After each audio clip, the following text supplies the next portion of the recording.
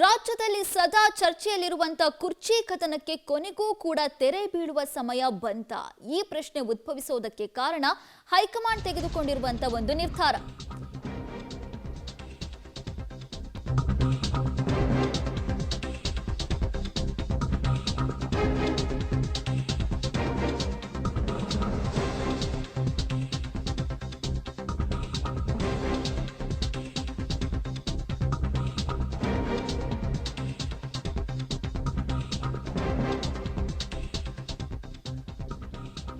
Climax ಹಂತಕ್ಕೆ ಬಂತ ಕಾಂಗ್ರೆಸ್ನ ಕುರ್ಚಿ ಕದನ. ಯಾಕಂದ್ರೆ ಸಿಎಂ ಸಿದ್ದರಾಮಯ್ಯಗೆ ಹೈಕಮಾಂಡ್ ಬುಲಾವನ್ನ ಕೊಟ್ಟಿದೆ. ಮೇ 26ನೇ ತಾರೀಕು ದೆಹಲಿಗೆ ಬನ್ನಿ ಅಂತ ಸಿಎಂ ಸಿದ್ದರಾಮಯ್ಯ ಅವರನ್ನ ಹೈಕಮಾಂಡ್ ನಾಯಕರು ಕರೆದಿದ್ದಾರೆ. ಇಲ್ಲಿವರೆಗೂ ಕೂಡ ರಾಹುಲ್ ಗಾಂಧಿ ಜೊತೆ ಮಾತಾಡೋದಕ್ಕೆ ಕರ್ನಾಟಕ ರಾಜ್ಯದ ನಾಯಕರಿಗೆ ಸರಿಯಾಗಿ ಸಮಯವೇ ಸಿಕ್ಕಿಲ್ಲ. ಅಂದ್ರೆ ರಾಹುಲ್ ಗಾಂಧಿ ಮಾತಾಡೋದಕ್ಕೆ ಸಿಗ್ತಾ ಇರಲಿಲ್ಲ. ಎಲ್ಲೋ ಏರ್ಪೋರ್ಟ್ ನಲ್ಲಿ ಸಿಗ್ತಾ ಇದ್ರು, ಅದು ಕೂಡ ಒಂದ್ 2-3 ನಿಮಿಷ ಅವರನ್ನ ಸನ್ಮಾನ ಮಾಡಿ ಕಳಿಸೋದ್ರಲ್ಲೇ ಆಗಿ ಹೋಗ್ತಾ ಇತ್ತು. ಇಲ್ಲಿವರೆಗೂ ರಾಹುಲ್ ಗಾಂಧಿ ಜೊತೆ ನೇರವಾಗಿ ಮಾತಾಡೋದಕ್ಕೆ ಸಾಧ್ಯ ಆಗಿರಲಿಲ್ಲ. ಈಗ ಮಂಗಳವಾರ ಮಹಾಭಾರತ ನಡೆಯುತ್ತಾ ಅಥವಾ ಸಂಧಾನ ಸೂತ್ರ ನಡೆಯುತ್ತಾ? ಏನೇ ತೀರ್ಮಾನ ಇದ್ರೂ ಕೂಡ ಮೊದಲು ಸಿದ್ದರಾಮಯ್ಯ ಜೊತೆ ಚರ್ಚೆ ಮಾಡೋದಕ್ಕೆ ಹೈಕಮಾಂಡ್ ಮುಂದಾಗಿದೆ. ಆ ಬಳಿಕ ಡಿಕೆಶಿಯನ್ನ ಕರೆದು ರಾಹುಲ್ ಗಾಂಧಿ ಮಾತಾಡುವ ಸಾಧ್ಯತೆ ಹೆಚ್ಚಿದೆ. ಇದೀಗ ಸಿಎಂಗೆ ರಾಹುಲ್ ಗಾಂಧಿ ಶಾಕ್ ಕೊಡ್ತಾರಾ ಅಥವಾ ಗುಡ್ ನ್ಯೂಸ್ ಅನ್ನ ಕೊಡ್ತಾರಾ? ಈ ಪ್ರಶ್ನೆ ಉದ್ಭವಿಸಿದೆ ರಾಜ್ಯ ಸರ್ಕಾರದ ಮಟ್ಟದಲ್ಲಿ. ಯಾವಾಗ ರಾಜ್ಯ ಸರ್ಕಾರ ಅಧಿಕಾರಕ್ಕೆ ಬಂತು, ಅಂದ್ರೆ ಕಾಂಗ್ರೆಸ್ ಪಕ್ಷ ಅಧಿಕಾರಕ್ಕೆ ಬಂತು, ಅಲ್ಲಿಂದ ಇಲ್ಲಿವರೆಗೂ 3 ವರ್ಷ ಕಳೆದ್ರೂ ಕೂಡ ಕಾಂಗ್ರೆಸ್ ಪಕ್ಷದಲ್ಲಿ ಬಗೆಹರಿಯದ ಒಂದು ಗೊಂದಲ ಅಂದ್ರೆ ಅದು ಕುರ್ಚಿ ಕದನ. ಸಿಎಂ ಸಿದ್ದರಾಮಯ್ಯನವರು ಕುರ್ಚಿಯನ್ನ ಬಿಟ್ಕೊಡೋದಕ್ಕೆ ಒಪ್ತಾ ಇಲ್ಲ. ಮತ್ತೊಂದು ಕಡೆ ಸಿಎಂ ಡಿಕೆ ಶಿವಕುಮಾರ್ ಅವರು ಕೂಡ ನನಗೆ ಕುರ್ಚಿ ಬೇಕೇ ಬೇಕು ಅಂತ ಪಟ್ಟು ಹಿಡಿತಾ ಇದ್ದಾರೆ.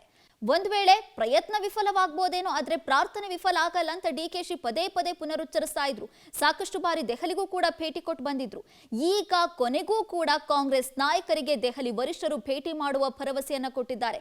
ಅದರಲ್ಲೂ ಪ್ರಮುಖವಾಗಿ ರಾಹುಲ್ ಗಾಂಧಿ ಅವರು ಸಿಎಂ ಸಿದ್ದರಾಮಯ್ಯ ಅವರ ಜೊತೆ ಮಾತುಕತೆ ನಡೆಸೋದಕ್ಕೆ ಬುಲಾವನ್ನ ಕೊಟ್ಟಿದ್ದಾರೆ. ಎಸ್, ಈ ಬಗ್ಗೆ ಹೆಚ್ಚಿನ ಡೀಟೇಲ್ಸ್ ಅನ್ನ ಕೊಡ್ತಾರೆ ನಮ್ಮ ಪ್ರತಿನಿಧಿ ರವೀಶ್ ನಮ್ಮ ಜೊತೆ ಸಂಪರ್ಕದಲ್ಲಿದ್ದಾರೆ. ರವೀಶ್, ನಾವು ಸೆಪ್ಟೆಂಬರ್ ಕ್ರಾಂತಿ, ನವೆಂಬರ್ ಕ್ರಾಂತಿಗಳ ಬಗ್ಗೆ ಮಾತಾಡ್ತಾನೆ ಇದ್ವಿ. ಕೊನೆಗೆ ಈಗ ಮೇ 26ಕ್ಕೆ ಸಿಎಂಗೆ ಹೈಕಮಾಂಡ್ ಬುಲಾವನ್ನ ಕೊಟ್ಟಿದೆ. ಹಾಗಾದ್ರೆ ಮೇನಲ್ಲಾದ್ರೂ ಈ ಕುರ್ಚಿ ಕದನಕ್ಕೆ ಕ್ಲೈಮ್ಯಾಕ್ಸ್ ಸಿಗೋ ಸಾಧ್ಯತೆ ಇದೆಯಾ? ನಯನ, ರಾಜಕಾರಣದಲ್ಲಿ ಕಡೆ ತನಕವೂ ಕೂಡ ಒಂದ್ ರೀತಿಯಲ್ಲಿ ಪ್ಲೇಟ್ಗಳು ಬದಲಾವಣೆ ಆಗ್ತಾನೆ ಇರುತ್ತೆ. ಹಾಗಾಗಿ ಈಗ ಮೇ 26ಕ್ಕೂ ಕೂಡ ಆ ಒಂದು ಕ್ರಾಂತಿ ಆಗ್ಬಿಡುತ್ತಾ ಅನ್ನೋದ್ರ ಬಗ್ಗೆ ಯಾವುದೇ ರೀತಿಯ ಸ್ಪಷ್ಟತೆ ಇಲ್ಲ. ಆದ್ರೆ ಕಾಂಗ್ರೆಸ್ನೊಳಗಡೆ ಸಾಕಷ್ಟು ಕುತೂಹಲ ಇದೆ. ಯಾಕಂದ್ರೆ ಇಲ್ಲಿ ತನಕವೂ ಕೂಡ ಸಿಎಂ ಸಿದ್ದರಾಮಯ್ಯ ಹೇಳ್ತಾ ಇದ್ರು, ಹೈಕಮಾಂಡ್ ಕರೆದ್ರೆ ನಾನು ದೆಹಲಿಗೆ ಹೋಗ್ತೇನೆ ಅಂತ. ಹಾಗಾಗಿ ಈಗ ಹೈಕಮಾಂಡ್ ಕರೆದಿರ್ತಕ್ಕಂಥದ್ದು, ಯಾಕಂದ್ರೆ ಇವತ್ತು ಅಧಿಕೃತವಾಗಿ ಸಿಎಂ ಸಿದ್ದರಾಮಯ್ಯ ಅವರಿಗೆ ಕರೆ ಬಂದಿದೆ. ರಾಹುಲ್ ಗಾಂಧಿ ಅವರ ಜೊತೆ ಮಂಗಳವಾರ 26ನೇ ತಾರೀಕು ಒಂದು ಭೇಟಿಗೆ ಸಭೆ ನಿಗದಿಯಾಗಿದೆ, ಹಾಗಾಗಿ ನೀವು ಬರಬೇಕು ಅಂತ. ಹಾಗಾಗಿ ಸಿಎಂ ಸಿದ್ದರಾಮಯ್ಯ ಅವರು ಒಪ್ಕೊಂಡಿದ್ದಾರೆ. ಹಾಗೆ ಪ್ರಮುಖವಾಗಿ ನಾಯಕತ್ವ ಬದಲಾವಣೆ ವಿಚಾರಕ್ಕಾಗಿಯೇ ಸಿದ್ದರಾಮಯ್ಯನವರಿಗೆ ಬುಲಾವ್ ಕೊಟ್ಟಿದ್ದಾರೋ, ಅಥವಾ ರಾಜ್ಯಸಭಾ ಚುನಾವಣೆ ಹಿನ್ನೆಲೆಯಲ್ಲಿ ಅಭ್ಯರ್ಥಿಗಳ ಆಯ್ಕೆಗೋಸ್ಕರವಾಗಿ ಬುಲಾವ್ ಕೊಟ್ಟಿದ್ದಾರೋ, ಅಥವಾ ಪರಿಷತ್ ಚುನಾವಣೆ ಸಂಪೂರ್ಣ ಪುನರ್ರಚನೆ ವಿಚಾರವಾಗಿ ಬುಲಾವ್ ಕೊಟ್ಟಿದ್ದಾರೋ ಅನ್ನೋದ್ರ ಬಗ್ಗೆ ಯಾವುದೇ ರೀತಿಯ ಸ್ಪಷ್ಟತೆ ಇಲ್ಲ. ಆ ಕಾರಣಗಳಿಗೋಸ್ಕರವಾಗಿ ಇನ್ನಷ್ಟು ಗೊಂದಲ ಮುಂದುವರಿಯುವಂತ ಚಾನ್ಸಸ್ ಜಾಸ್ತಿ ಇರುತ್ತೆ. ಯಾಕೆಂದ್ರೆ ಈಗಾಗಲೇ ಡಿಕೆ ಶಿವಕುಮಾರ್ ಅವರ ಆಪ್ತರ ಪ್ರಕಾರ ಇನ್ನೂ ಕೂಡ ಆ ಒಂದು ಹೈಕಮಾಂಡ್ ಕರೆ ಮಾಡೋದ್ರ ಬಗ್ಗೆ ಯಾವುದೇ ರೀತಿಯ ಸ್ಪಷ್ಟತೆಯನ್ನ ಕೊಡ್ತಾ ಇಲ್ಲ.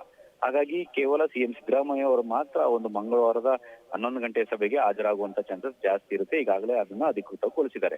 ರಾಹುಲ್ ಗಾಂಧಿ ಅವರು, ಮಲ್ಲಿಕಾರ್ಜುನ್ ಖರ್ಗೆ ಅವರು ಕೂಡ ಇರ್ತಾರೆ. ಅಂದ್ರೆ 3-4 ಸಾಧ್ಯತೆಗಳ ಬಗ್ಗೆ ಸಾಕಷ್ಟು ಚರ್ಚೆ ಆಗ್ತಾ ಇದೆ. ಅಂದ್ರೆ ಪ್ರಮುಖವಾಗಿ ರಾಜ್ಯಸಭಾ ಚುನಾವಣೆ ಇರ್ತಕ್ಕಂಥ ಹಿನ್ನೆಲೆಯಲ್ಲಿ ಕರ್ನಾಟಕದಲ್ಲಿ 4 ಸ್ಥಾನಗಳ ಚುನಾವಣೆ ನಡೆಯುತ್ತೆ. ಅದರಲ್ಲಿ 3 ಸ್ಥಾನಗಳನ್ನ ಕಾಂಗ್ರೆಸ್ ಕೂಡ ಒಂದ್ ರೀತಿಯಲ್ಲಿ ಸಿಗುವಂತ ಚಾನ್ಸಸ್ ಜಾಸ್ತಿ ಇದೆ. ಹಾಗಾಗಿ ಎಲ್ಲೋ ಒಂದ್ ಕಡೆ 3 ಸ್ಥಾನಗಳಿಗೆ ಅಭ್ಯರ್ಥಿಗಳನ್ನ ಯಾರನ್ನ ಮಾಡಬೇಕು ಅಂದ್ರೆ ಮಲ್ಲಿಕಾರ್ಜುನ್ ಖರ್ಗೆ ಅವ್ರನ್ನ ಕಂಟಿನ್ಯೂ ಮಾಡೋ ವಿಚಾರದಲ್ಲಿ ಏನಾದ್ರೂ ಮಾತುಕತೆ ನಡೆಸ್ತಾರೋ, ಅಥವಾ ಸಿಎಂ ಸಿದ್ದರಾಮಯ್ಯ ಅವರಿಗೆ ಸಾಕು ನೀವು ರಾಜ್ಯ ರಾಜಕಾರಣ ಮಾಡಿದ್ದು, ನೀವು ರಾಷ್ಟ್ರ ರಾಜಕಾರಣಕ್ಕೆ ಬನ್ನಿ ಅಂತೇಳಿ ಏನಾದ್ರು ಅವ್ರನ್ನ ರಾಜ್ಯಸಭೆಗೆ ಇನ್ವೈಟ್ ಮಾಡ್ತಾರೋ ಅನ್ನೋದ್ರ ಬಗ್ಗೆ ಕೂಡ ಸ್ಪಷ್ಟತೆ ಇಲ್ಲ. ಆ ಒಂದು ಸಾಧ್ಯತೆಯೂ ಇದೆ. ಜೊತೆಗೆ ನಾಯಕತ್ವ ವಿಚಾರದಲ್ಲಿ ಇಲ್ಲಿ ತನಕ ಏನ್ ನಡೆದಿತ್ತು ಅದಕ್ಕೆ ಒಂದ್ ರೀತಿ ಕ್ಲಾರಿಟಿ ಕೊಡುವಂತ ಪ್ರಯತ್ನವನ್ನ ಮಾಡಬಹುದು. ಅಂದ್ರೆ ಎಲ್ಲೋ ಒಂದ್ ಕಡೆ ಸಿಎಂ ಸಿದ್ದರಾಮಯ್ಯನವರೇ ನೀವು ಸಾಕು ನಿಮ್ಮ ಅಧಿಕಾರ ಬಿಟ್ಟು ಹೋಗಿ ಅಂತ ಹೇಳ್ತಾರೋ, ಅಥವಾ ಇಲ್ಲ ನೀವು ಕಂಟಿನ್ಯೂ ಆಗಿ ನೀವು ಕೆಲಸ ಮಾಡ್ತಾ ಇದ್ದೀರಾ, ನಿಮ್ಗೆ ನಾವು ಅಗತ್ಯತೆ ಇದೆ, ಹಾಗಾಗಿ ನೀವು ಸಂಪುಟ ಪುನರ್ರಚನೆಗೆ ನಾವು ಮುಂದೆ ಅವಕಾಶ ಮಾಡ್ಕೊಡ್ತೀವಿ, ನೀವು ಕಂಟಿನ್ಯೂ ಆಗಿ ಅದ್ರ ಬಗ್ಗೆ ತಲೆ ಕೆಡಿಸ್ಕೋಬೇಡಿ ಅಂತ ಹೇಳ್ತಾರೋ, ಅಥವಾ ಕೇವಲ ರಾಜ್ಯಸಭಾ ಚುನಾವಣಾ ಅಭ್ಯರ್ಥಿಗಳ ವಿಚಾರವಾಗಿ ಮಾತ್ರ ಚರ್ಚೆ ಮಾಡಿ ನೀವು ಹೋಗಿ ಅಂತ ಕಳಿಸ್ತಾರೋ ಅನ್ನೋದ್ರ ಬಗ್ಗೆ ಕೂಡ ಸ್ಪಷ್ಟತೆ ಇಲ್ಲ. ಹಾಗಾಗಿ ಈ 3 ವಿಚಾರಗಳ ಬಗ್ಗೆ ಪ್ರಮುಖವಾಗಿ ಈಗ ಚರ್ಚೆ ಆಗುವಂತ ಸಾಧ್ಯತೆ ಇದೆ. ಹಾಗಾಗಿ ಸಭೆಯ ಅಜೆಂಡಾವನ್ನು ಕೂಡ ಸಿಎಂ ಸಿದ್ದರಾಮಯ್ಯ ಅವರಿಗೆ ಯಾವುದೇ ರೀತಿಯ ಸ್ಪಷ್ಟತೆ ಕೊಟ್ಟಿಲ್ಲ. ಇನ್ನೊಂದ್ ಕಡೆ ಪದೇ ಎಲ್ಲೋ ಒಂದ್ ಕಡೆ ಡಿಕೆ ಶಿವಕುಮಾರ್ ಮತ್ತೆ ಸಿಎಂ ಸಿದ್ದರಾಮಯ್ಯ ಅವರನ್ನು ಒಟ್ಟಿಗೆ ಕರೆದು ಚರ್ಚೆ ಮಾಡ್ತಾ ಇರ್ತಕ್ಕಂಥ ಹೈಕಮಾಂಡ್ ಈಗ ಎಲ್ಲೋ ಒಂದ್ ಕಡೆ ಸಿಎಂ ಸಿದ್ದರಾಮಯ್ಯ ಅವರು ಮಾತ್ರ ಸಭೆಯಲ್ಲಿ ಭಾಗವಹಿಸಿದ್ರೆ ಡಿಕೆ ಶಿವಕುಮಾರ್ ಅವರು ಇಲ್ಲಿ ತನಕ ಕೂಡ ಸಭೆಯಲ್ಲಿ ಭಾಗವಹಿಸುವ ಬಗ್ಗೆ ಯಾವುದೇ ರೀತಿಯ ಅಧಿಕೃತ ಮಾಹಿತಿಯೂ ಕೂಡ ಇಲ್ಲ, ಅದರ ಬಗ್ಗೆ ಸ್ಪಷ್ಟತೆಯೂ ಕೂಡ ಇಲ್ಲ. ಅಂದ್ರೆ ಅವ್ರು ಭಾಗವಹಿಸ್ತಿಲ್ಲ ಅಂತ ಕೂಡ ಹೇಳಲಾಗ್ತಾ ಇದೆ. ಹಾಗಾಗಿ ಅವರನ್ನ ದೂರ ಇಟ್ಟು ಏನಾದ್ರು ಸಭೆ ನಡೆಸ್ತಾ ಇದ್ರು ಅಥವಾ ಡಿ ಕೆ ಶಿವಕುಮಾರ್ ಅವರೇ ಒಂದ್ ರೀತಿಯಲ್ಲಿ ದೂರ ಆಗಿದಾರೋ ಅನ್ನೋದ್ರ ಬಗ್ಗೆ ಕೂಡ ಮಾಹಿತಿ ಇಲ್ಲ. ಹಾಗಾಗಿ ಇನ್ನಷ್ಟು ಗೊಂದಲ ಮುಂದುವರಿಯುವಂತ ಚಾನ್ಸಸ್ ಜಾಸ್ತಿ ಇರುತ್ತೆ. ಯಾಕಂದ್ರೆ ನೀವ್ ಹೇಳ್ದಂಗೆ ಸೆಪ್ಟೆಂಬರ್ ಕ್ರಾಂತಿ, ನವೆಂಬರ್ ಕ್ರಾಂತಿ, ಈ ಕ್ರಾಂತಿಗಳೇನಿತ್ತು ಆ ಕ್ರಾಂತಿ ಏನಾದ್ರೂ ಮೇನಲ್ಲೇ ಸಂಭವಿಸಬಹುದು ಅಥವಾ ಇಲ್ಲ ಯಾವ ಕ್ರಾಂತಿ ಇಲ್ಲ, ಎಲ್ಲ ಕೂಡ ಶಾಂತಿ, ನಾವು ಶಾಂತಿ ಮಾಡ್ತೀವಿ ಅಂತ ಏನಾದ್ರು ರಾಹುಲ್ ಗಾಂಧಿ ಸಂದೇಶ ಕಳಿಸ್ತಾರೋ ಕಾದ್ ನೋಡ್ಬೇಕು ನಯನ. ಥ್ಯಾಂಕ್ ಯು ರವೀಶ್, ನಿಮ್ಮೆಲ್ಲ ಡೀಟೇಲ್ಸ್ಗಾಗಿ.